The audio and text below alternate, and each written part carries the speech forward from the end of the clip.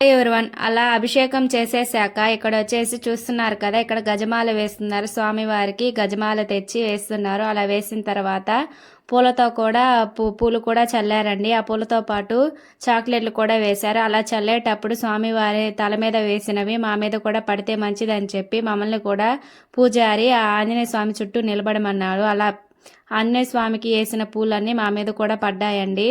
అంటే ఆ స్వామివారికి చల్లనివి మన మీద పడితే ఎంతో అదృష్టం కదా అని చెప్పి మేము కూడా దాని చుట్టూ నిలబడ్డామన్నమాట. నిలబడి చాక్లెట్లు కూడా వేశారు. పిల్లలు పెద్దలు అంతా అలా తీసుకొని మళ్ళీ ఎక్కడ వాళ్ళు అక్కడ కూర్చున్నారనమాట.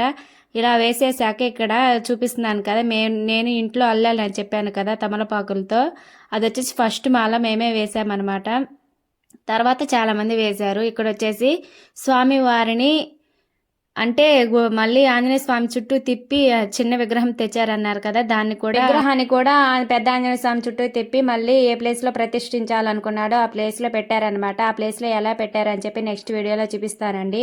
అంతవరకు ఈ వీడియో నచ్చితే లైక్ చేయండి అండ్ సబ్స్క్రైబ్ చేసుకొని కామెంట్ కూడా చేయండి, షేర్ చేయండి. Tata, see you in next video, bye.